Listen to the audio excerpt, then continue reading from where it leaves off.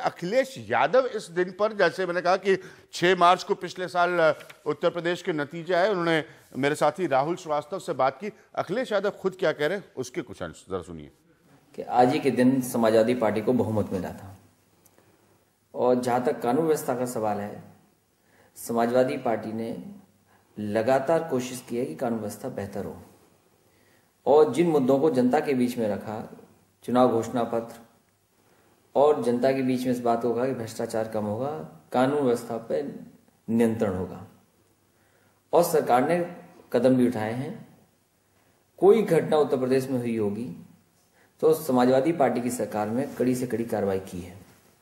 FIR दर्ज करने का मामला रहा होगा, कोई कितना बड़ा भी रहा होगा, अगर पार्टी के विधायक से भी कहीं गलती हुई है तो उस पर भी केस दर्ज हुआ है। इस बार कोई ये नहीं कह सकता कि समाजवादी पार्टी के कार्यकर्ता या समाजवादी पार्टी के नेता कहीं भी कानून व्यवस्था खराब करने में शामिल है।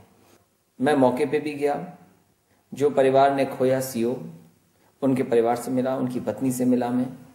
जो जो उन्होंने डिमांड रखी थी सरकार से, पहली बिंदु से लेकर के आखिरी बिंदु तक, उन्होंने कहा कि सीबीआई से जांच होनी चाहिए, सरकार ने स्वीकार कर लिया। और जो भी बात उन्होंने रखी, उन सब बातों को समाजवादी पार्टी की सरकार ने स्वीकार किया। पहला आरोप यह आ रहा है आप पे कि आप राजा भैया को शील्ड कर रहे हैं। You're shielding Raja Bhaiya in this case. The opposition, Mayawati ji, and all are saying that you are shielding him. Why shouldn't he be arrested? देखिए, विपक्ष के लोग और विपक्षी पार्टी के लोग इस बात को तो उठाएंगे, और कहीं ना कहीं जो दिखाई दे रहा है आंदोलन, या दिखाई दे रहा है कुछ जगह पर जहां लोग निकल के आए हैं, वो विपक्षी पार्टी के लोग ही हैं जी। उनको चिन्हित किया, पहचाना भी है लोगों ने, और जानकारी भी दी है।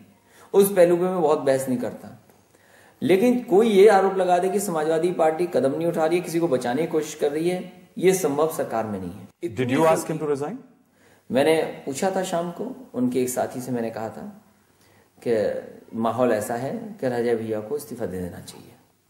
उन्होंने उसका स्वीकार किया, और सुबह उन्होंने इस्तीफा भी दे दिया। इतनी जल्दी किसी पार्टी ने कोई काम किया हो तो बता दीजिए।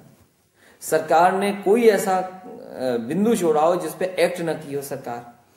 उसके उन परिवार के घर में गए हम लोग, किस माहौल खराब में गए लोग, पुलिस ने, एलआईओ ने और हमारी पार्टी के लोगों ने मना किया कि आप मत जाइए उनके घर पर। लेकिन उनकी पहली डिमांड ये थी कि मुख्यमंत्री उनके घर पर पहुंचे, तो मैं गया, उनके घर पर गया।